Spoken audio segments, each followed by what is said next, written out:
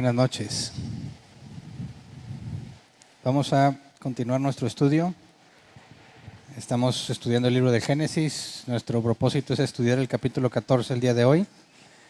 Vamos a Génesis 14, 18, de donde tomamos el nombre del tema. El tema se llama Melquisedec. Y dice el versículo 18, y Melquisedec, rey de Salem y sacerdote del Dios Altísimo, le ofreció pan y vino. Y bueno, en este capítulo 14 se introduce esta persona, Melquisedec, que es una figura importante. Incluso se habla de Melquisedec en el Nuevo Testamento. Nuestro propósito es entender quién es Melquisedec. Y recordando lo que vimos el miércoles pasado, en el capítulo 13, habíamos visto que Lot y Abraham se habían separado, ¿verdad? Y después de esta separación es que tenemos que Abraham se llega a encontrar con Melquisedec. Pero antes de leer el texto en Génesis, quisiera que leyéramos el Salmo 110, donde se habla del Mesías y se establece una relación entre el Mesías y Melquisedec. Vamos a Salmo 110, todo el Salmo. Dice: así dijo el Señor a mi Señor, siéntate a mi derecha hasta que ponga a tus enemigos por estrado de tus pies. Que el Señor extienda desde Sión el poder de tu cetro. Domina tú en medio de tus enemigos. Tus tropas estarán dispuestas el día de la batalla, ordenadas en santa majestad. De las entrañas de la aurora recibirás el rocío de tu juventud. El Señor ha jurado y no cambiará de parecer. Tú eres sacerdote para siempre, según el orden de Melquisedec. El Señor está a tu mano derecha, aplastará a los reyes en el día de su ira, juzgará a las naciones y amontonará cadáveres, aplastará cabezas en toda la tierra, beberá de un arroyo junto al camino y por lo tanto cobrará nuevas fuerzas. Así que este Salmo de David fue usado por el mismo Jesús para confrontar a los fariseos que le cuestionaban sobre quién era él. Pero más adelante veremos un poco más a detalle de este Salmo. Lo que quiero resaltar aquí es que el versículo 4 dice: el Señor ha jurado y no cambiará de parecer, tú eres sacerdote para siempre según el orden de Melquisedec. Así que este Melquisedec es importante, ¿ok? Tiene trascendencia en lo que va a suceder con respecto al Mesías. Y en lo que hemos rastreado del Mesías, lo último que vimos es que un hijo de Abraham es quien va a ser el medio por el cual Dios va a bendecir a todas las naciones de la tierra.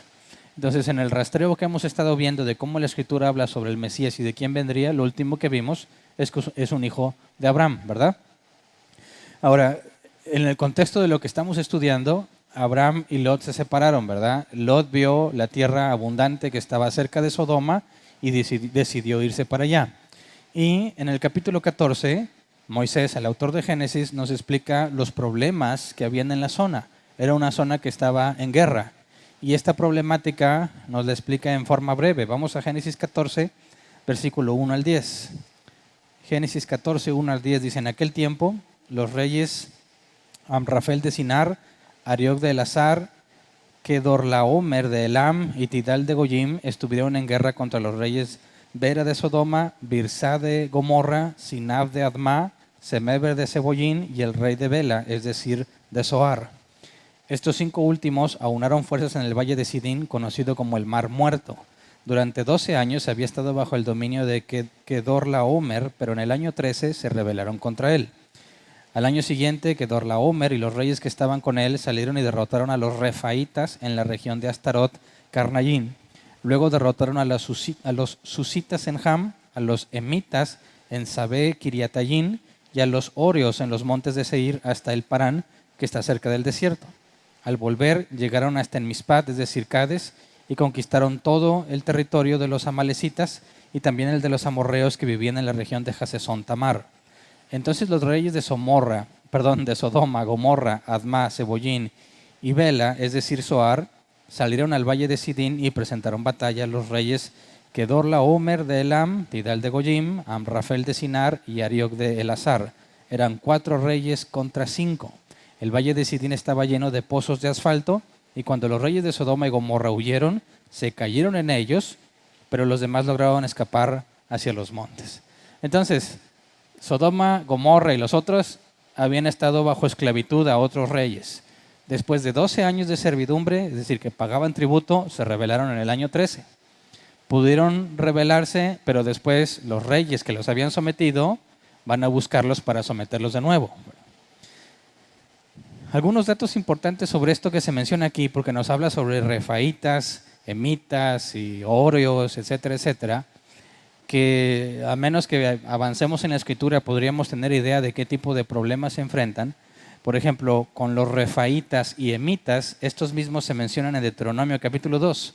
Vamos a Deuteronomio capítulo 2, versículos 10 y 11, donde se mencionan a los emitas. Deuteronomio 2, 10 y 11 dice: tiempo atrás vivió allí un pueblo fuerte y numeroso, el de los emitas, que eran tan altos como las anaquitas. Tanto a ellos como a los anaquitas se les consideraba gigantes, pero los moabitas los llamaban emitas. Así que estos emitas, que fueron derrotados por los reyes que venían por Sodoma y Gomorra y los demás, no eran cualquier nación, eran gigantes. Son los gigantes a los que los israelitas les tuvieron miedo cientos y cientos de años después. Y luego ahí mismo en ese capítulo, en el versículo 20, dice: hace mucho tiempo a esa región se le consideró tierra de gigantes, porque antiguamente ellos vivían allí. Los amonitas los llamaban samsumitas. Ahora, samsumitas en hebreo, samsumim, la concordancia Strong dice otro nombre para los refaitas. O sea que los refaitas y los emitas eran raza de gigantes. No eran cualquier pueblo, era un pueblo muy poderoso. La raza de los gigantes, vamos a ver que cuando Israel tiene como mandato expulsar a todos los de esa tierra, se encuentran con graves problemas con ellos.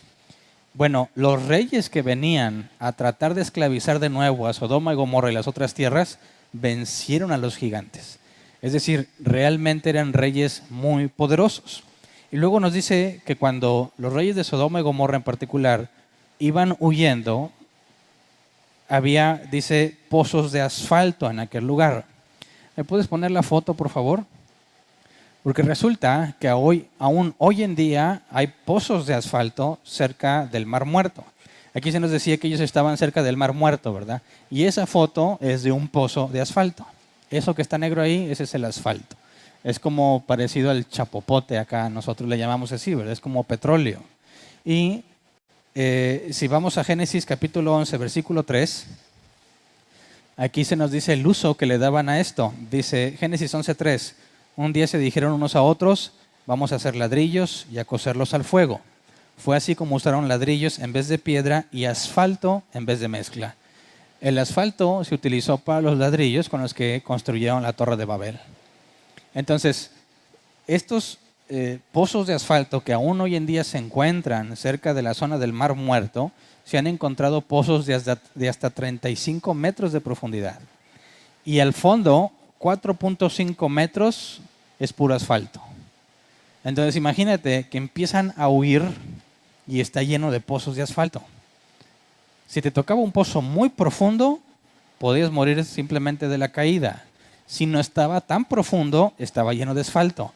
Y cómo flotas o cómo nadas en el asfalto. Era una muerte segura. Entonces, fíjate, los de Sodoma y Gomorra van a tratar de hacerle frente a los reyes que ya los habían esclavizado a ellos. No pudieron hacerle frente y aún en la huida, es decir, pierden la batalla. Obviamente mataron a muchos de los de ellos. Y aún en la huida se mueren muchos más cayendo en los pozos. Se alcanzaron a salvar unos pocos. Entonces estos reyes que vinieron a esclavizar de nuevo a estas naciones, vencieron a los gigantes y eran muy, muy poderosos. Esto es importante porque vamos a ver lo que sucede entre Abraham y estos reyes. Ahora vamos a Génesis 14, versículo 11 y 12. Recordemos que Lot se había establecido cerca, ¿verdad?, de Sodoma. Dice Génesis 14, 11 al 12. Entonces los 4 reyes se robaron todas las riquezas y todos los alimentos que había en Sodoma y Gomorra y se marcharon. Y como Lot vivía en Sodoma, también a él se lo llevaron junto con todo lo que tenía. Entonces, esto nos da nueva información, ¿verdad? Lo que vimos en el capítulo anterior es que Lot escogió una zona abundante cerca de Sodoma. Fíjate, Génesis 13 al 12 dice, Génesis capítulo 13, versículo 12. Abraham se quedó a vivir en la tierra de Canaán, mientras que Lot se fue a vivir entre las ciudades del valle, estableciendo su campamento cerca de la ciudad de Sodoma. Ahora, cuando el capítulo 14 nos narra cómo es que se llevan a Lot y a todo lo que él tiene, porque Lot estaba viviendo en Sodoma, eso nos indica que de estar cerca a Sodoma, se fue moviendo hasta estar viviendo en la ciudad de Sodoma. Ya se sabía cuando Lot se fue ahí que eran muy perversos los hombres de Sodoma y de Gomorra. Entonces, el criterio de Lot deja mucho que desear, ¿verdad? Porque Lot se fue a una tierra cercana a Sodoma con el ánimo de prosperar. Pero ya estando ahí cerca, va y habita en Sodoma. Y no solo eso, vamos a Génesis 19:1. Dice, caía la tarde cuando los dos ángeles llegaron a Sodoma. Lot estaba sentado a la entrada de la ciudad. Al verlos, se levantó para recibirlos y se postró rostro en tierra. Ahora, cuando yo leí este pasaje hace años, yo pensé que había sido una casualidad que Lot estuviera sentado a la entrada de la ciudad y que se topara con los ángeles. Pero no tengo tiempo para profundizar hoy en demostrar este punto, pero lo voy a hacer cuando lleguemos al capítulo 19. Resulta que en aquel entonces se acostumbraba que los ancianos de la ciudad se sentaban a las puertas. Cuando había que hacer algún juicio, eran llevados a las puertas de la ciudad. Y si tenían que matar a alguien como consecuencia de ese juicio, se mataba fuera de la ciudad. Cuando llegaban extranjeros, los ancianos estaban a la puerta de la ciudad para validar si eran comercios, si eran otras actividades que venían. Entonces, cuando nos dice que Lot estaba sentado a la entrada de la ciudad de Gomorra, eso indica que no nada más era un habitante, sino que era uno de los ancianos de Sodoma. Entonces, Lot se mezcló totalmente con los ciudadanos de Sodoma y eran ciudadanos muy, muy perversos. Y te tienes que cuestionar qué está haciendo Lot allí, ¿verdad? ¿Cómo es que es anciano de los de Sodoma? Se ganó la confianza de ellos, es un extranjero y se le da el honor de ser anciano. Ok, tiene mérito, ¿verdad? En cuanto a responsabilidad y sabiduría, pero ¿a quién se le ocurre estar en esa ciudad? Y vemos que está experimentando consecuencias, ¿verdad? Porque al llegar a atacar a la ciudad de Sodoma, Lot, que no estuvo participando en todo lo que había sucedido antes, es decir, en la independencia de Sodoma y Gomorra, Lot luego viene y habita aquí y cuando vienen a tratar de esclavizar de nuevo, Lot está sufriendo las consecuencias. Abraham, que estaba distanciado de Sodoma, no le afecta para nada lo que está pasando. Pero Lot, con la intención de prosperar, ahora resulta que está esclavizado y le quitaron todo lo que tenía. Fíjate bien la diferencia en las decisiones que analizamos la clase pasada. Abraham decide confiar en Dios, que dijo que le daría esa tierra, a pesar de que la tierra no era abundante, a pesar de los problemas de la sequía que ya habían enfrentado. Y Lot, sin considerar la maldad de Sodoma, decide ir a habitar ahí porque su intención es prosperar. Y ahí está la consecuencia. Queda esclavizado y le quitaron todo lo que tenía. Bueno, y luego Abraham se entera de lo que sucede con Lot y decide ir a rescatarlo. Vamos a Génesis 14, versículo 13 y 14. Dice, uno de los que habían escapado le informó todo esto a Abraham, el hebreo, que estaba acampando junto al encinar de Mamre, el amorreo. Mamre era hermano de Escol y de Aner, y estos eran aliados de Abraham.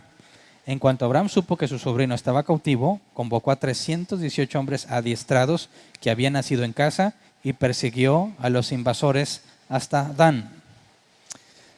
Ahora, Abraham tenía mucha servidumbre, ¿verdad? Y puesto que viven en tierras como digamos, peligrosas. Se nos decían que el cananeo habitaba esas regiones y eran gente malvada. De hecho, la maldad del cananeo y todos los que habitaban ahí fue lo que detonó el juicio de Dios sobre ellos. Así que Abraham necesitaba protegerse, proteger sus posesiones. Abraham tiene entre los que nacieron en su casa hombres adiestrados para la guerra, es la manera en la que se defendían. ¿Y qué tantos hombres tenía que convocó a 318 de los que estaban adiestrados? Porque tenía más. Así que imagínate qué tamaño era el campamento de Abraham para tener a 318 adiestrados, más las familias de estos, ¿verdad? No era una tiendita así como que una de campamento que vemos hoy en día, ¿verdad? No, era realmente un área grande y extensa, tenía muchos animales. Era muy notorio Abraham en ese entonces. Bueno, consigue 318 y se propone ir a perseguir a los invasores, dice, hasta Dan. Pero quisiera que notáramos que el nombre Dan es de una de las tribus de Israel, ¿verdad? Y que decir que fueron a la tierra de Dan resulta extraño porque todavía no nace ni siquiera Jacob, ¿verdad? Entonces, ¿cómo es que se fueron a tierra de Dan si Dan todavía no existía? Vamos a Jueces 18:29, donde nos dice, y llamaron el nombre de aquella ciudad Dan, conforme al nombre de Dan su padre, hijo de Israel, bien que antes se llamaba la ciudad Lais. Entonces, aquí surge una pregunta. ¿Por qué Moisés dice, el autor de Génesis, que se fueron a perseguirlos hasta Dan, cuando Dan todavía no recibía ese nombre, sino que ese nombre lo recibió después de que Moisés ya había muerto? Algunos dicen, es imposible que Moisés lo haya escrito, porque era imposible que la tierra se llamara Dan, porque muchos años después, cientos de años después, esa tierra recibió el nombre de Dan. Entonces, ¿cómo explicamos que la tierra se llame Dan en lugar de llamarse Lais? ¿Cómo es que sabía ese dato Moisés? Bueno, es simple. Se sabe que estos escritos eran copiados, ¿verdad?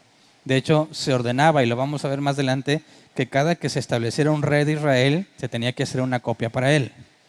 Así que los que han estudiado el texto aseguran que el nombre Dan fue reemplazado después para que se entendiera en qué región está. Por ejemplo, cuando veamos otras referencias que mismo Moisés va a citar más adelante, menciona lugares que ya eran ubicados geográficamente, pero que en el contexto de cuando los está escribiendo aún no tenían ese nombre. Y se hacía para poder darle claridad al lector, ¿verdad? Es como si estuviéramos narrando historia antigua de Nuevo León y dijéramos que, no sé, lo voy a inventar, que la marcha de los ejércitos de la independencia de México pasaron ahí por San Nicolás y cruzaron por Guadalupe. Y alguien diría, oye, pero todavía no existían esos municipios. No, ya lo sé, pero es para que te ubiques, ¿verdad? Para que tú, quien me escuchas hoy en día, puedas ubicarte por dónde pasaron. No necesariamente porque así se llamaban esos lugares en aquel tiempo, ¿verdad? Entonces es algo similar a lo que está pasando aquí.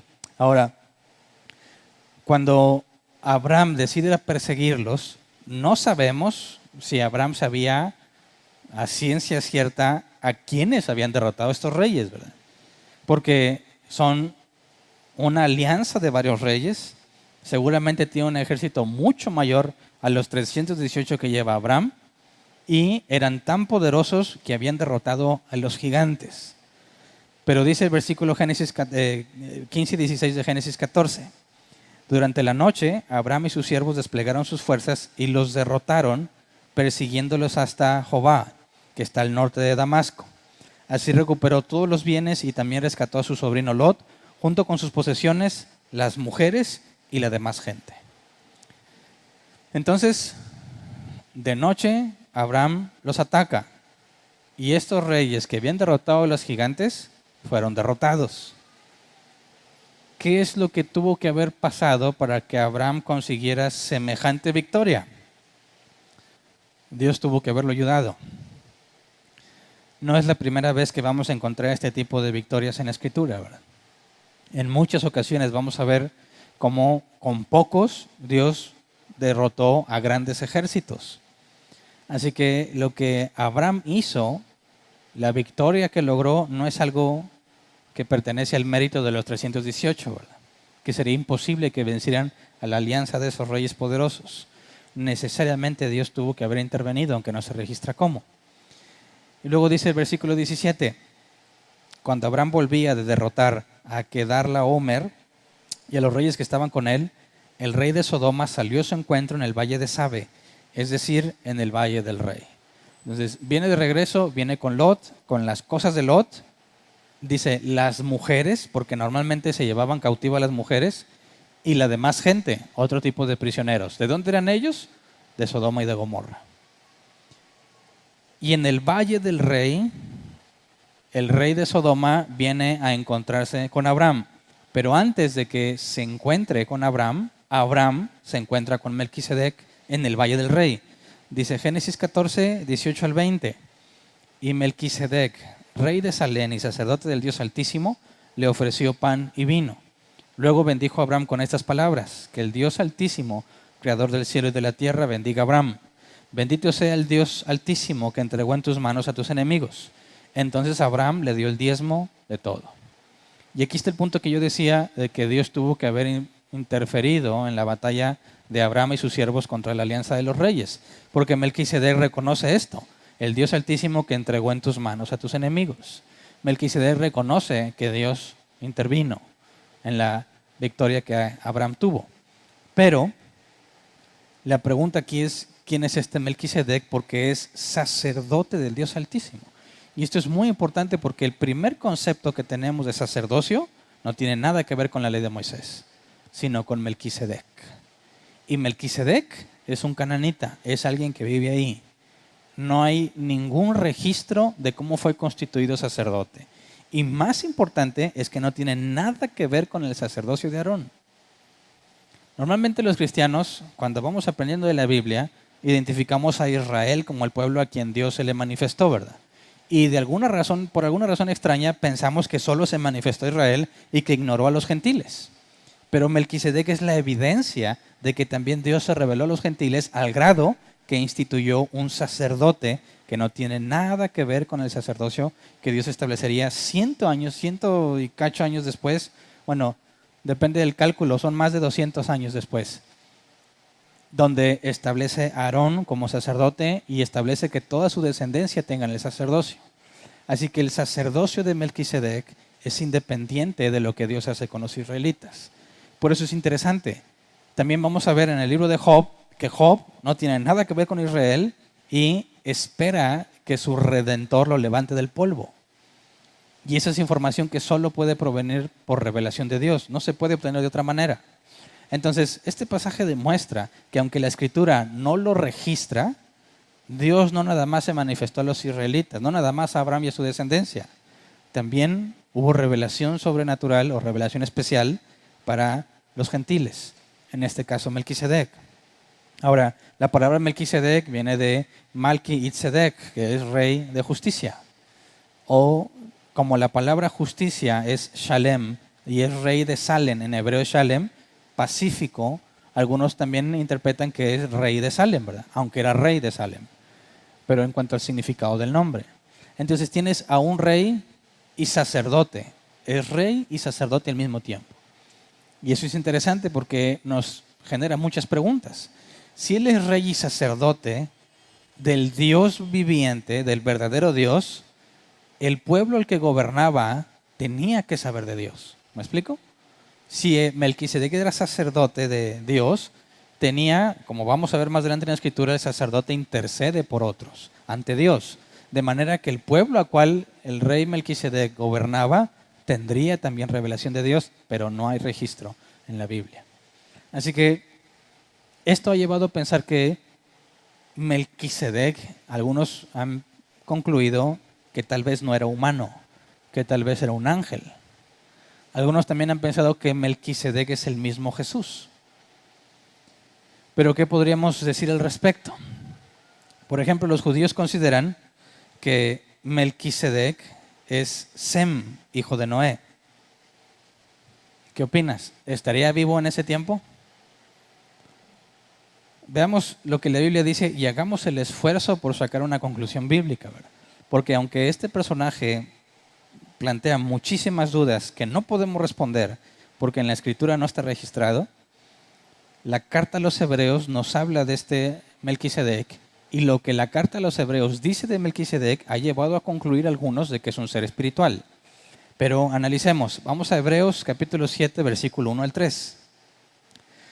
Hebreos capítulo 7, versículo 1 al 3 dice: Este Melquisedec, rey de Salem y sacerdote del Dios Altísimo, salió al encuentro de Abraham, que regresaba de derrotar a los reyes, y lo bendijo. Abraham a su vez le dio la 10ª parte de todo. El nombre Melquisedec significa en primer lugar rey de justicia y además rey de Salem. Esto es rey de paz. No tiene padre, ni madre, ni genealogía, no tiene comienzo ni fin, pero a semejanza del Hijo de Dios, permanece como sacerdote para siempre. Ahora, este último versículo, el 3, no tiene padre, ni madre, ni genealogía, no tiene comienzo ni fin, permanece como sacerdote para siempre, es semejante al Hijo de Dios, es lo que hace que algunos concluyan que tiene que ser un ser espiritual. Pero esto representa un problema serio. Si es un ser espiritual y tomas literal lo que dice, no tiene principio ni fin, tendrías que concluir que es eterno, ¿verdad? Y sabemos que solo hay uno eterno, Dios. Por consecuencia no puedes decir que es un ser espiritual. Lo único que podrías decir es que tendría que ser el mismo Dios, ¿verdad? Pero ¿cómo es posible que si es el mismo Dios sea a semejanza al Hijo de Dios? ¿No te parece extraño? Que Dios sea a semejanza del Hijo de Dios no tiene sentido. Así que tratemos de determinar por exégesis solo lo que el texto dice, sin agregarle ni ponerle nada, ¿ok? Para empezar, para que el autor de Hebreos diga que no tiene padre ni madre ni genealogía, no tiene comienzo ni fin, ¿cómo es que él concluyó eso? Porque él está leyendo o está interpretando de Génesis, del versículo que estamos leyendo en Génesis 14. ¿Cómo es que el autor de la carta a los Hebreos llega a esta conclusión partiendo solamente de la Escritura? Y he escuchado o leído que algunos dicen, es que Dios se lo reveló. Y eso me suena muy complejo. No podrías demostrar que esta es una nueva revelación. Es decir, que al autor de los Hebreos se le dio más información que a Moisés no se le dio. No tiene sentido. No hay ningún pasaje en la Escritura que pueda justificar eso. Así que yo te propongo una forma de llegar a esta conclusión solo por la Escritura. Pero quisiera que primero consideramos la idea de Sem. Los judíos pensaban que era un ser espiritual o que era Sem. Preguntemos, ¿Sem estaría vivo en este momento, sí o no? ¿Cuántos años vivió Sem en total? 600. 100 antes del diluvio, ¿verdad? Y luego 500 después de que bajó del arca. ¿Se acuerdan que ya habíamos hecho un cálculo de cuántos años tenía Sem cuando Abraham salió de su tierra? Y habíamos dicho que Abraham, dice la Escritura, que Abraham salió de Harán a los 75 años. Y por el cálculo que habíamos hecho de las edades de sus descendientes y cuándo nacían sus hijos, calculamos que Sem tenía 565 años en total. Cuando Abraham de 75 años salió de Harán. Ahora, tenemos otro dato. ¿A los cuántos años Abraham tuvo a Isaac? A los 100 años. En este punto todavía no tiene a Isaac, ¿verdad?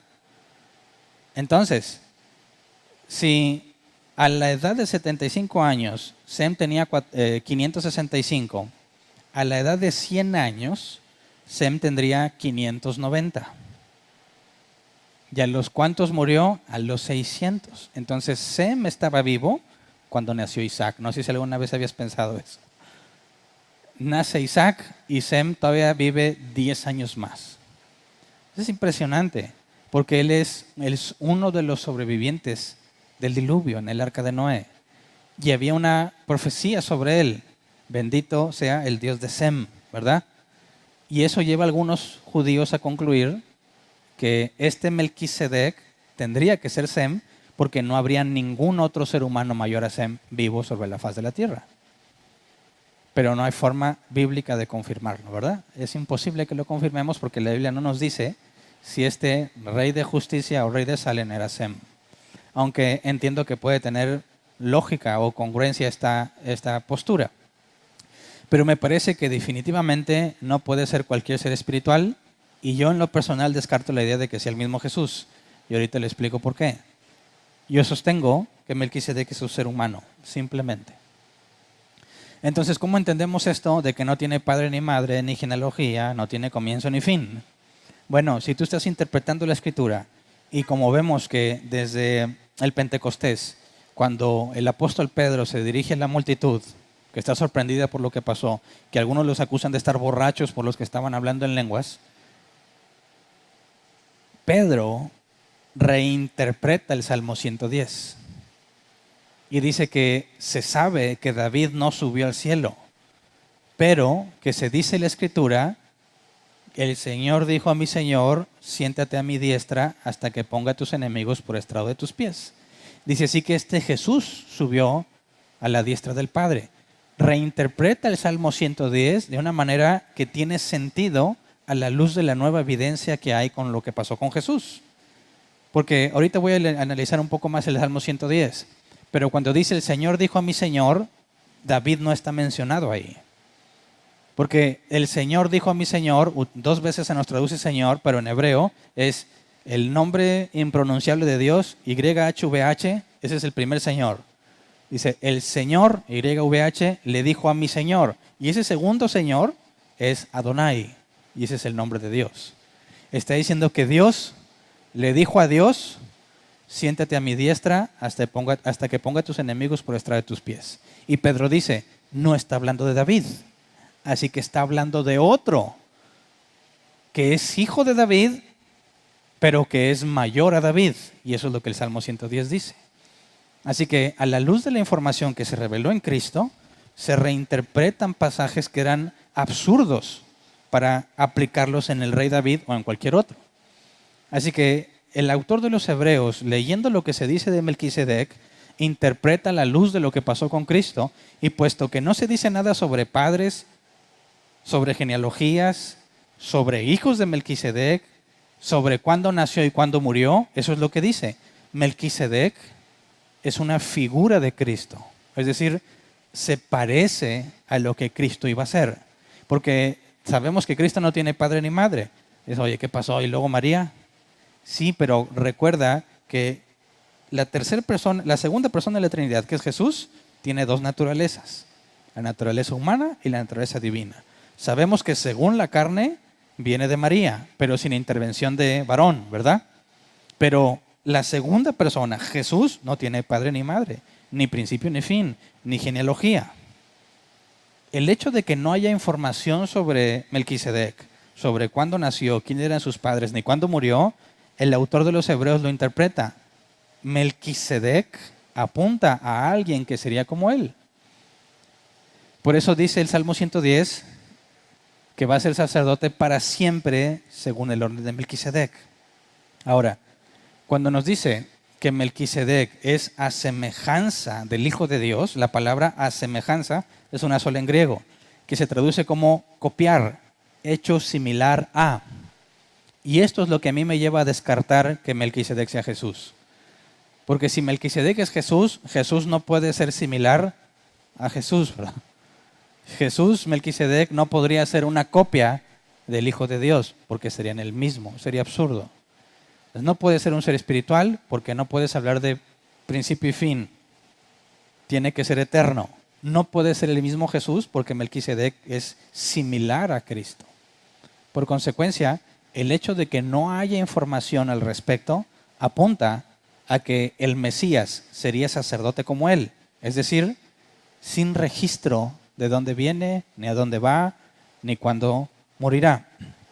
Por eso, cuando leemos Hebreos capítulo 7, versículo 4 al 10, dice, consideren la grandeza de ese hombre a quien nada menos que el patriarca Abraham dio la 10ª parte del botín. Ahora bien, los descendientes de Leví que reciben el sacerdocio tienen por ley el mandato de cobrar los diezmos del pueblo, es decir, de sus hermanos, aunque esos también son descendientes de Abraham. En cambio, Melquisedec, que no era descendiente de Leví, recibió los diezmos de Abraham y bendijo al que tenía las promesas. Es indiscutible que la persona que bendice es superior a la que recibe la bendición. En el caso de los levitas, los diezmos los reciben hombres mortales. En el otro caso, lo recibe Melquisedec, de quien se da testimonio de que vive. Hasta podría decirse que Leví, quien ahora recibe los diezmos, los pagó por medio de Abraham, ya que Leví estaba presente en su antepasado Abraham cuando Melquisedec le salió al encuentro. Ahora, lo que está argumentando aquí el autor de los Hebreos es que el sacerdocio de Melquisedec es mayor al sacerdocio de Aarón. ¿Por qué? Porque en ese contexto ningún hijo puede ser mayor a su padre, ¿verdad? Y si Aarón vienes trazando su genealogía, sus ancestros hasta arriba, llegarías a Abraham, ¿verdad? Así que Abraham es mayor a Aarón. Y Abraham reconoce a Melquisedec como mayor a él mismo. Así que es imposible que el sacerdocio de Aarón sea mayor que el sacerdocio de Melquisedec. De manera que el Mesías, que sería sacerdote según el orden de Melquisedec, su sacerdocio es independiente de la ley de Moisés y es mayor que el sacerdocio de Aarón. Y cuando se nos dice que se da testimonio de que vive, no significa que no se murió o que todavía está vivo, sino simplemente que no hay información de su muerte. Sabemos que Dios instituyó que el sacerdocio de Aarón sería pasado de padres a hijos, ¿verdad? ¿Por qué? Porque se van a morir. Esa instrucción era clara, pero en Melquisedec no hay instrucción. no se sabe absolutamente nada de ese sacerdocio. Así que cuando el autor nos dice que Jesús es sacerdote según el orden de Melquisedec, eso indica que así como de Melquisedec no hay ninguna información en cuanto a cuánto inició o cuándo se acabó, exactamente es igual con Jesús. No tiene principio ni fin, porque desde la eternidad Él es el mediador entre Dios y los hombres. Entonces, la manera en que el autor de los Hebreos interpreta lo que sucedió en Génesis apunta a una figura de Cristo, que vamos a encontrar conforme vayamos estudiando más figuras de Cristo. Por ejemplo, otra figura de Cristo que es muy famosa es David venciendo a Goliat. Yo sé que muchos predicadores tratan de convencerte que tú debes ser un David, ¿verdad? Y que debes vencer a tus Goliats. Y que si tienes la fe suficiente, Dios te va a dar la victoria contra tu gigante. Pero eso es absurdo, porque no está hablando de eso. Fíjate bien, los israelitas tenían miedo. Se levanta un muchachito de quien nadie esperaba que pudiera hacer algo. Y este muchachito vence a Goliat y libera al pueblo. ¿Quién terminó haciendo eso en realidad? Jesús. Alguien que no se esperaban, que no tenía credenciales, ni había sido educado a los pies de ningún hombre importante, termina siendo el que Dios elige para salvar a los israelitas. David venciendo a Goliat es una figura de Cristo. ¿Me explico? Melquisedec es una figura de Cristo. Así que en la Escritura no hay nada que podamos entender o que nos lleve a concluir que era un ser espiritual, que es el propio Jesús, sino solamente es que era un ser humano y que Dios se reservó el derecho de revelarnos lo que pasó ahí, ¿verdad? Espero en Dios que un día tengamos todos la oportunidad, bueno, al menos yo sí, no sé ustedes, de que cuando veamos a Dios cara a cara, preguntarle qué onda con Melquisedec, ¿verdad? Que nos cuente la historia completa, porque nos dejó muy poquito. Y entender ahora sí de qué habla. Pero bueno, hasta ese día lo sabremos. Por lo pronto podemos concluir, el sacerdocio de Melquisedec es el mayor alderón, ¿verdad?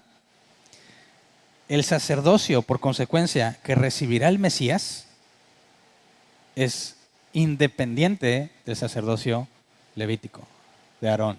No tiene nada que ver con eso, no tiene nada que ver con la ley de Moisés. Es algo aparte.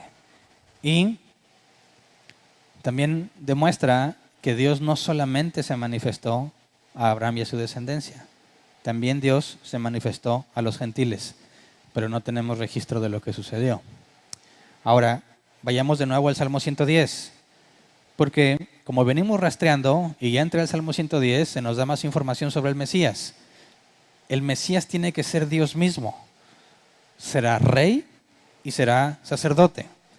Salmo 110 del 1 al 4 dice, así dijo el Señor a mi Señor, siéntate a mi derecha hasta que ponga a tus enemigos por estrado de tus pies. El primer Señor es YHVH, el segundo es Adonai. David no está hablando de sí mismo. David está diciendo, el Padre le dijo al Hijo, siéntate a mi diestra hasta que ponga a tus enemigos por estrado de tus pies. Por eso en distintos puntos en el Nuevo Testamento se dice que Jesús está a la diestra del Padre, basándose en el Salmo 110. Luego dice el versículo 2 que el Señor extiende desde Sión el poder de tu cetro. ¿Quiénes llevan un cetro? Los reyes. ¿Quién es tú en esa parte de tu cetro? Adonai, el que está sentado a la diestra, ¿verdad? De manera que si tiene un cetro es porque va a reinar sobre la tierra. Y luego dice, versículo 4, el Señor ha jurado y no cambiará de parecer, tú eres sacerdote para siempre, según el orden de Melquisedec. Así que el sacerdote es un representante por los hombres ante Dios. Y Jesús, como lo hemos estudiado en el tema de fundamentos, es nuestro representante. Sus méritos es como si fueran nuestros. Y nuestro pecado fue puesto en Él en el Calvario. Por eso es que somos declarados justos. Así que es interesante ver que Sem, yo no sé si estaba enterado o no, ya que Abraham sí es familiar de él, ¿verdad? Vendría siendo un tatara nieto. Yo no sé si se frecuentaban o si se podían ver o no, pero Sem pudo ver que la promesa que estaba en Abraham venía por medio de Isaac. Entonces es muy interesante entender toda esta parte. por el rastreo que estamos haciendo. Ahora, regresemos a Génesis. Génesis 14, 21 al 24. Bueno, antes, me brinqué la parte de los diezmos. Abraham le dio el diezmo a Melquisedec. Y algunos dicen, ya ves, tienes que diezmar. Y luego te van a tratar de leer Amós 3:10, ¿verdad? Traed los diezmos al alfolí y probadme en esto, dice el Señor, que os abriré las ventanas de los cielos. Dice, ya ves, Abraham diezmaba, pero es un error garrafal. Porque nada tiene que ver el diezmo que trajo Abraham al diezmo de Leví. Y no puedes juntar esos versos como si fueran lo mismo, ¿verdad? No puedes decir que Abraham diezmó y que por consecuencia tienes que traer tus diezmos al alfolí, según Amós. Porque, como lo leímos en Hebreos, los diezmos eran para los levitas. Los levitas se encargaban de administrar el templo. Hoy en día no hay templo, no hay levitas funcionando. Ni siquiera los judíos diezman. ¿Ok? Y el diezmo de Abraham, si tú lees el contexto histórico, en cualquier diccionario te va a decir que era una costumbre que a los reyes de la tierra se les pagara con el 10% de sus propiedades. Entonces, darle el 10% a alguien como costumbre en aquella región no tiene nada que ver con el diezmo que se pide a los israelitas para el sostenimiento de los levitas que administraban el templo. No tiene nada que ver una cosa con la otra. Y de hecho no es factible que Abraham le haya dado el diezmo a Melquisedec por ser rey, porque Abraham no vivía bajo el gobierno de Melquisedec. Abraham vivía aparte, en una tierra separada. Así que lo único que podemos concluir por la Escritura es que era una ofrenda. Y si tú quieres ofrendarle a Dios el 10%, lo puedes hacer, ¿verdad? Lo que no puedes hacer es mezclar el diezmo de la ley con lo que hacía Abraham, ¿verdad? No tiene sentido bíblicamente hablando. Ahora sí, Génesis 14, versículo 21 al 24. Después de que habló con Melquisedec. Bueno, después de que cenó, ¿verdad? Porque dice que le ofreció pan y vino. Eso significa que cenaron. Melquisedec lo invitó a cenar. Después de eso, dice, el rey de Sodoma le dijo a Abraham, dame las personas y quédate con los bienes. Pero Abraham le contestó, he jurado por el Señor, el Dios Altísimo, creador del cielo y de la tierra, que no tomaré nada de lo que es tuyo, ni siquiera un hilo, ni la correa de una sandalia. Así nunca podrás decir, yo hice rico a Abraham. No quiero nada para mí, salvo lo que mis hombres ya han comido. En cuanto a los hombres que me acompañaron, es decir, Aner, Escol y Mamre, que tomen ellos su parte. Así que aquí hay que entender que dado que ya les habían quitado todos los de Sodoma y Gomorra, ¿verdad? Y luego va Abraham y derrota a los reyes, el botín, ¿a quién le pertenece? A Abraham. Y el rey de Sodoma está consciente y le dice, dame la gente, quédate con los bienes. No se los está dando por buena onda, ¿verdad? Ese era el derecho de Abraham por haber arrebatado el botín. Pero Abraham rechaza eso, dice, no, yo no voy a agarrar nada tuyo, porque luego vas a decir que tú me enriqueciste. ¿Y qué clase de hombre era el rey de Sodoma? Un hombre perverso. Y Abraham, fíjate, a diferencia de Lot, Abraham dice, ni un hilo ni la correa de una sandalia quiero tuyo. En cambio, Lot es anciano de Sodoma. Una diferencia abismal entre las decisiones de Abraham y las decisiones de Lot. ¿Qué crees que hizo Lot después de esto? ¿Se alejó lo más posible de Sodoma? No, se regresa a vivir a Sodoma y seguir siendo anciano. Así que está bárbaro ese Lot, ¿verdad? No entiende después de lo que le pasa, pero bueno. Ahora también en el versículo 24 dice, no quiero nada para mí, ¿verdad? Pero había otros que le ayudaron. Y Abraham no dice, no, a nadie agarre nada porque eso está inmundo. No, les dice que ellos agarren la parte que les corresponde. Dice Abraham, yo no quiero nada tuyo. Pero imagínate que dije al otro, pero yo participé, ¿verdad? Y podrían decir los demás como Mamre, para mí no es inmundo nada de eso. Y es nuestro el botín. Así que Abraham está siendo justo, ¿verdad? Él dice, lo que me hubiese correspondido a mí, no lo quiero, pero que ellos tomen lo que quieran. Así que ojo, no trates de obligar a los demás a hacer lo que tú quieres hacer, ¿verdad? Porque yo he visto que los cristianos, y yo también lo llegué a hacer algún día, que, por ejemplo, van en bolita y hay algún evento o algo y vas con amigos que no son cristianos y llega el momento en que estás en algún restaurante y piden algo de tomar y tiene licor. Yo a veces sentía que eso era inmundo, ¿verdad? Dice, "Hey, no puedes tomar eso, yo soy cristiano, respétame. No está bien que tomes, no tomes", y trata de convencerlos de que no hagan lo que uno considera que no debes de hacer, pero no tienes ningún derecho a hacer eso, ¿verdad? Aquí hay que imitar a Abraham. Mira, a mí no me sirve el alcohol, no me gusta. O en caso de cualquier alguien más, me gusta pero lo evito por razones de salud y de conciencia. Pero no tienes por qué imponerle eso a los demás. ¿Me explico? Entonces, Abraham, que estaba enriquecido, no quiere que se corra el rumor de que él llegó a tener algo porque se lo dio el rey de Sodoma, sino que siempre quede claro que fue Dios quien lo bendijo, que fue Dios quien lo prosperó. Y seríamos muy sabios si imitamos el comportamiento de Abraham al respecto. No asociarnos con cosas dudosas, no asociarnos con personas de mala reputación, no establecer asociaciones, vínculos que incluyan dinero con personas que no les importa a Dios. Lo correcto es que tratemos de mantenernos alejados de personas problemáticas y no cometer el error de Lot. Porque cuando te asocias con ellos y a ellos les va mal, tú vas a sufrir la misma consecuencia, ¿verdad? Y ahí se acaba el capítulo 14.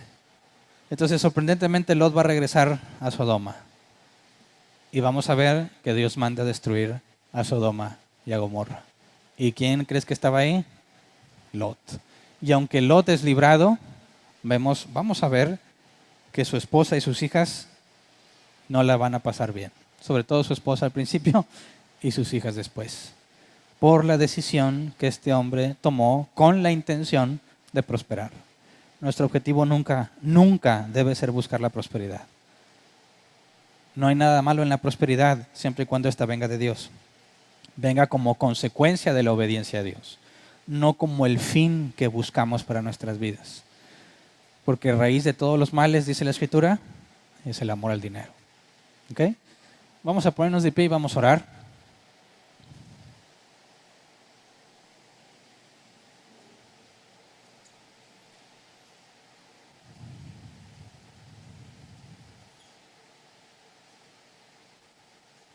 No sé si tú alguna vez has pensado, dado que la Escritura enseña que los que son hijos de Dios, somos hijos de Dios, pasarán la eternidad con Cristo. ¿Alguna vez te pusiste a pensar qué harás en toda esa eternidad? Yo lo que más ansío es hacerle preguntas a Jesús. Y preguntarle todo aquello que la Biblia nos... Es más, no nada más a Jesús, yo iría con Pablo y le decía, a ver Pablo, explícame la carta a los romanos. Porque hay muchas cosas que me parece que no están muy claras. Y luego iría con Judas a preguntarle, ¿de dónde te sacaste lo de los ángeles que estaban aprisionados? ¿Lo leíste del libro de Enoc? Le podría preguntar a Eva, ¿qué onda contigo, Eva? ¿Cómo se te ocurrió? Le preguntaría a Adán, ¿la serpiente era como serpiente? ¿O a qué se parecía? Tantas y tantas cosas que, si Dios quiere, vamos a tener la oportunidad de preguntar. Porque nosotros nunca vamos a ser omniscientes, nunca. Toda la eternidad nos la vamos a pasar aprendiendo sobre quién es Dios y nunca vamos a terminar. Así que, por lo pronto nos conformamos con lo que ha sido revelado, ¿verdad? Moisés dijo, lo oculto pertenece a Dios, lo revelado pertenece a nosotros. Y en eso tenemos que ser buenos administradores. Y reconocer que si la Escritura no aclara un punto, entonces no tiene claridad. ¿Me explico? Que nuestras conclusiones sean solamente basadas en la Escritura. Y lo que vaya a ser extra, que todos tengamos en claro que viene a ser algo secundario, terciario, ¿verdad? Pero que nos conceda a Dios fidelidad al texto. Como ven, vamos a orar. Señor, gracias Padre porque nos das la oportunidad de aprender de ti. Tantas cosas que quisiéramos preguntarte, Señor. Sabemos que muchas de ellas no ha sido tu voluntad revelarlas en este tiempo, Señor, y no pretendemos que hagas una excepción con nosotros, pero confiamos en que cuando se cumpla tu palabra y podamos verte tal cual eres, cara a cara, Señor, y podamos tener comunión contigo todo el día, todo el tiempo, toda la eternidad, deseamos que nos concedas saber todo aquello que no revelaste, Señor. Que nunca, ni en la eternidad, se apague el deseo que has puesto en nosotros por aprender más de ti, Señor. Concédenos, hasta donde sea humanamente posible para nosotros, alcanzar el mayor conocimiento posible de ti, Señor. No solo para acumularlo en nuestras mentes, sino para vivir de forma congruente a ello. Enséñanos a conocerte cada vez más para poder cambiar nuestras vidas y nuestros comportamientos de acuerdo a lo que hemos aprendido. Que si la Escritura dice que tú eres todopoderoso, entonces no dudemos de tu poder. Si la Escritura dice que tú alimentas a las aves y vistes a la hierba del campo, cuánto más a nosotros, que entonces no estemos angustiados porque habremos de comer, dónde habremos de vivir o qué habremos de vestir. Concédenos que nuestra vida sea congruente a lo que nos has revelado, a lo que nos has permitido entender, Señor. Para que cualquiera que examine nuestras vidas, aunque encuentre errores, encuentre congruencia con lo que te has revelado, Señor. Para que tu nombre sea exaltado. Para que la gloria y la honra sean tuyas, Señor. Porque la Escritura es clara en que para que nosotros podamos comprender algo de ti, se requiere el Espíritu Santo. Así que no es mérito nuestro entender, es mérito tuyo, Señor. Y por eso te rogamos que nos des más entendimiento. Concédenos profundizar, como dice el autor de los Hebreos, para ser maestros en lugar de niños. Pero que ese conocimiento no nos envanezca, sino que nos lleve a la humildad.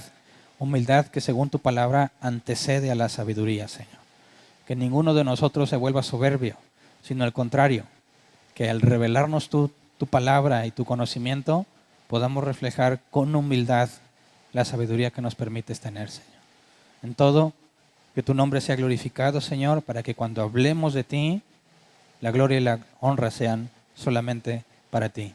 Gracias por lo que nos has dado y por todo lo que nos darás. Amén. Pueden sentarse. Sección de preguntas.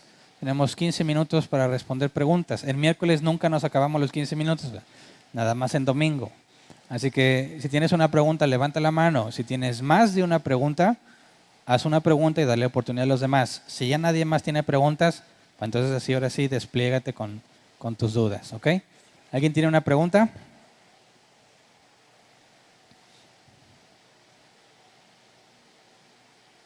Bueno, sí. Bueno, buenas noches. Sí, a mí me quedó duda, o sea, no entendí esta parte del relato. Dice, cuando Abraham volvía a derrotar a Kedorlaomer y a los reyes que estaban con él, el rey de Sodoma salió a su encuentro en el valle de Sabe, es decir, en el valle del rey. Y Melquisedec, rey de Salem y sacerdote de Dios Altísimo, le ofreció pan y vino. O sea, como que se ven dos historias. O sea, no entiendo eso. O sea, él venía, ¿verdad? Y menciona que sale el rey de Sodoma y luego de repente sale la historia de Melquisedec. Okay. Y luego historia como si convivió con Melquisedec y todo, y después como que regresa a la historia del rey. Entonces, esa parte no me cuadró. Ok. ¿Qué entiendes por salió al encuentro? Pues fue a buscarlo, ¿no? ¿Pero de dónde salió? Pues, no sé, de su tierra. Fíjate, está huyendo, ¿verdad? Se están regresando a Sodoma. Algunos murieron en los pozos, pero su objetivo era llegar a Sodoma. Y luego dice que Abraham llega al Valle del Rey y que el rey de Sodoma sale al encuentro, es decir, inicia su viaje para encontrarse con Abraham en el Valle del Rey. Y estando en el Valle del Rey, ahí se encuentra con Melquisedec, quien lo invita a cenar, pan y vino, o a comer, ¿verdad? Después de haber comido en ese mismo lugar, ahora sí, el rey de Sodoma llega al Valle del Rey y se encuentra con Abraham. ¿Me explico? ¿Puedo hacer otra? Sí. Bueno, y la siguiente pregunta es, por ejemplo, lo que mencionaba, también me causó duda, de que mencionaba acerca de que Abraham no tocó nada de lo del botín que habían recuperado, ¿verdad? Pues ese botín era el que saquearon dato de Sodoma como de Gomorra. Entonces se presenta el rey a reclamar, pues por así decirlo, bueno, se presenta a decirle, pues dame a la gente, ¿no? Entonces la pregunta aquí es, porque Abraham dice,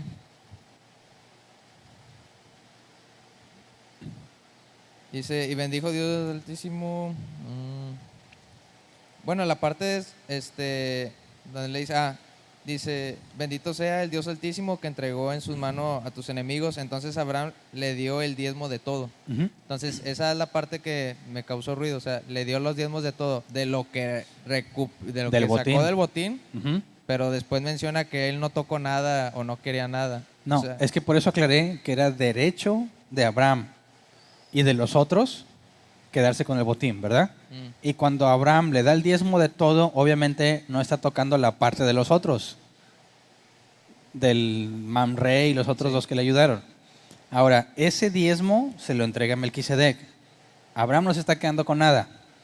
Y luego cuando llega el rey y le dice, quédate con la gente, ahí aprovecha Abraham para decirle, pero yo no me voy a quedar con nada tuyo. Es decir, él no se va a llevar como posesión nada del rey de Sodoma. Entregó un décimo al rey de Salem, a Melquisedec. Deja que los demás se repartan la parte que les corresponda, pero él no se queda con nada. O sea, él está cuidando. ¿Te acuerdas que aprendió? La abundancia que obtuvo, la obtuvo en Egipto cuando trataron de quitarle a su esposa. Dios lo hace salir bendecido. La bendición que Abraham tiene es directamente de parte de Dios, ¿verdad? Y él no está dispuesto a que el rey de Sodoma diga, mira, Abraham tiene mucho porque era lo mío.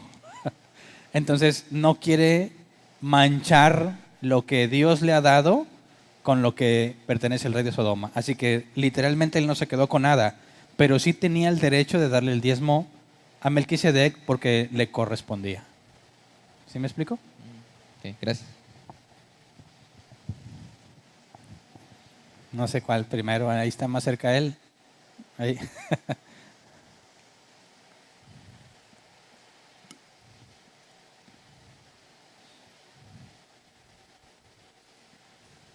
Ok, ahí está.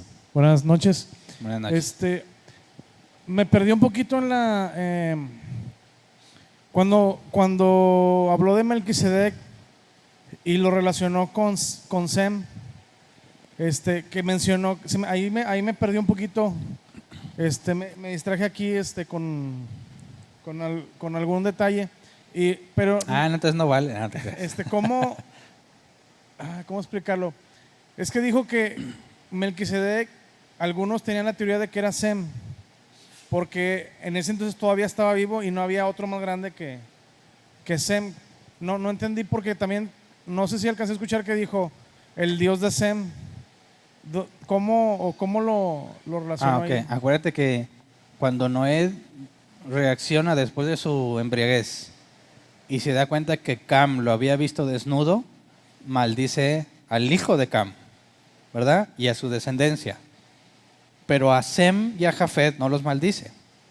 Y dice, bendito sea el Dios de Sem, que lo prospere. Y que Jafet habite junto a las tiendas de Sem. La bendición principalmente es para Sem y que Jafet sea parte de la bendición de Sem. Mientras que la descendencia de Cam y Cam mismo están bajo maldición. Y ya vimos que él no tiene poder para hacer eso a menos que provenga de Dios. De manera que de entre los que bajaron del arca, ¿quién es el hombre más bendecido o quien Dios ha hablado mejor de él entre toda la humanidad? Pues en ese momento Sem. era. Ok. Sí. ¿Verdad? Y entonces, si estaba vivo y hay un sacerdote representante del pueblo ante Dios, aunque no se aclara qué pueblo era, los que vivían Salem, y resulta que Salem viene a ser Jerusalén. A Salem le cambian el nombre por Jerusalén. Entonces era rey de Jerusalén y había habitantes en Jerusalén que si él era sacerdote de Dios Altísimo, muy seguramente el pueblo también conocía de Dios. Entonces, de ahí viene la teoría de que podía ser Sem, pero no hay forma de confirmarlo. Entonces, eso que dice de que el Dios si no mal recuerdo, es Génesis 9, 25 por ahí, donde Dios bendice a Sem, Jafet y a Cam. Ok. Bueno, acá no. Bueno, perdón, a Cam lo maldice, ¿verdad? Lo otro que le quería, cuando dijo del diezmo, me parece que no es Amós, me parece que es Malaquías 3:10. Tienes razón, Malaquías. Sí. Gracias por la corrección.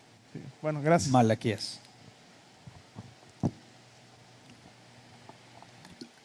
Aquí había otra pregunta.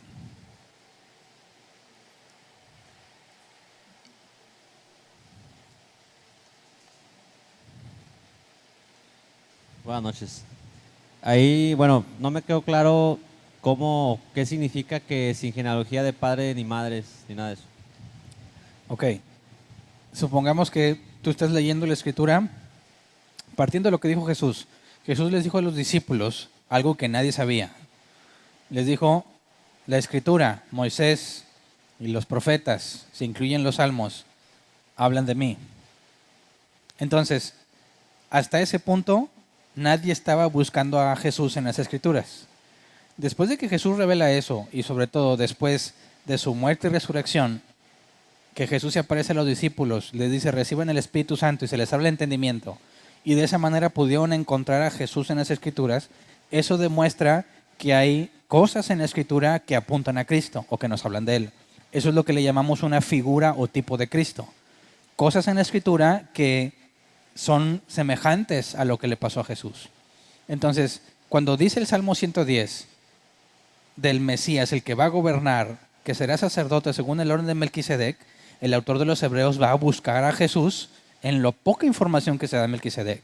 ¿Y qué es lo que concluye? Que de Melquisedec no se dice ni inicio ni fin, ni genealogía.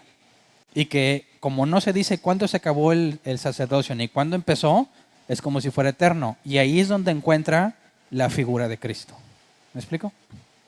Pero no implica que el sacerdocio sea eterno, el de Melquisedec. No. Simplemente le da esta analogía. El que es eterno es el de Jesús. Ahí sí dice literalmente, sacerdote para siempre según el orden de Melquisedec. Bueno, ¿puedo hacer otra pregunta? Ujú.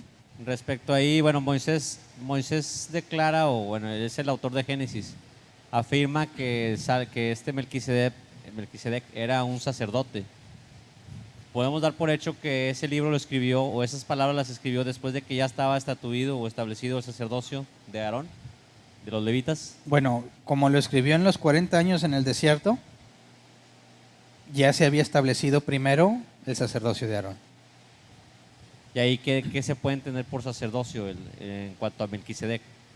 Digo, Bueno. sabemos qué significa con los levitas, pero Ajá. en cuanto a Melquisedec, con la poca información que tenemos, ¿cómo se puede plantear eso? Bueno, es precisamente el concepto de sacerdote lo que nos lleva a entender que tenía que haber un pueblo de por medio, porque el sacerdote es el representante del pueblo, y eso lo aclara Dios en el sacerdocio levítico, porque él tenía que presentarse sin mancha, ¿verdad?, ante Dios, y él era el que obtenía perdón de pecados para todo el pueblo, de manera que todo Israel o los israelitas eran representados por el sumo sacerdote. Ahora, esa es la función de un sacerdote. La vemos en el sacerdocio de Cristo, que es nuestro representante, y encontramos que Melquisedec era sacerdote. Por consecuencia, un sacerdote sin quien representar no tiene razón de ser, ¿verdad? ¿Me explico? Por eso entendemos que si es sacerdote de Dios, es porque tenía que representar a cierto pueblo. Y si era de Jerusalén, pues entonces los habitantes de Jerusalén, por implicación, ¿verdad?, tendrían que conocer de Dios. Bueno, ¿puedo hacer otra? ¿No hay nadie más con preguntas? Acá hay otra. Pasemos acá primero.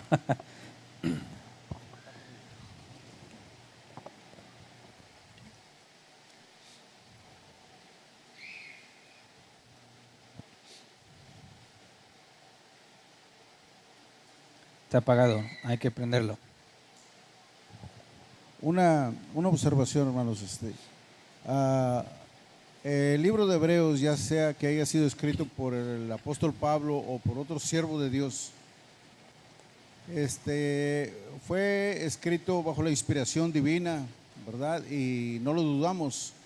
Entonces la observación que quiero hacer es la siguiente, de que Sem quedaría descartado, ¿verdad? Porque dice Hebreos, ¿verdad?, que no tiene ni padre ni madre, y sabemos que Sem sí tenía padre y madre, ¿verdad? En este caso Lot y su esposa. Entonces, queda más inclinado a que haya sido algún ser angelical, algún ángel, o bien Jesucristo mismo, ¿verdad? Cosas que pues no lo sabemos, ¿verdad? Como sabemos que hay cosas que no están reveladas ahí, pero la observación es de que Sem, pues para mí, porque tiene padre y tiene madre, pues queda descalificado. Ok, pero si lee a continuación, dice no tiene padre ni madre, ni principio ni fin, si eso también se toma así, tendría que ser eterno. Por consecuencia no puede ser un ser angelical. Entonces no se puede descartar de esa forma a Sem, porque el hecho de decir no tiene padre ni madre, ni principio ni fin, sabemos que no es literal, sino como lo comentaba aquí, es la forma en la que apunta Cristo por la ausencia del texto, que no está especificado. Ahora, que se le haya llamado Rey de Justicia, ese no implica que ese sea el nombre propio de la persona, ¿verdad? Entonces, no hay forma de corroborar si era Sem o no. Lo que sí podríamos decir es que es un humano, porque no podría ser eterno, ¿verdad? ¿Me explico? Sí, está bien, gracias. Lo único que coincide es de que Hebreos habla de un rey de Salem, rey de justicia, rey de paz, ¿verdad? Y eso pues tiene cierta inclinación. Gracias. Regresamos acá.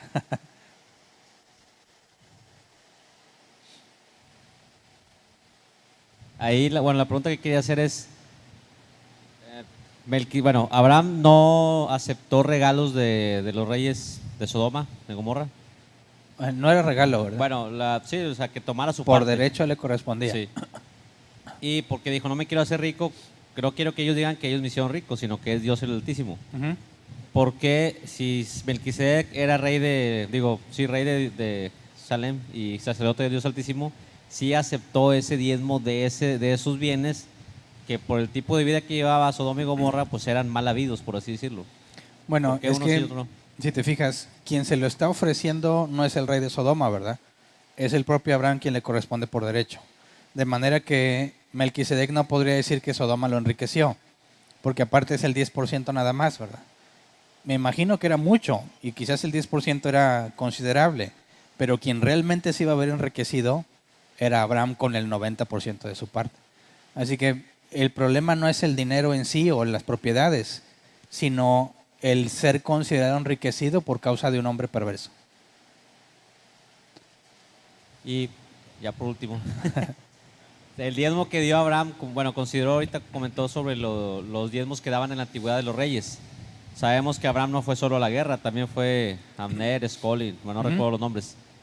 ¿Puede Mamre. darse la situación de que Salem era el rey de ellos y ellos dieron el 10% y Abraham también? No, porque ellos no estaban habitando en la zona de Jerusalén, estaban en Canaán. Y lo que se nos dice es que estos que le ayudaron vivían ahí cerca de él. Y en el valle del rey, donde estaba Melquisedec, o donde estaría Jerusalén, es una tierra separada. Por eso decía yo que no podía considerarse como un pago al rey, porque no era su rey. Tendría que ser más una ofrenda de Abraham, porque no se especifica que los otros hayan dado un pago. Si realmente fuera rey de ellos, estarían obligados a pagarle. Ok, gracias. Muy bien. ¿Ya no hay tiempo? Se acabó el tiempo.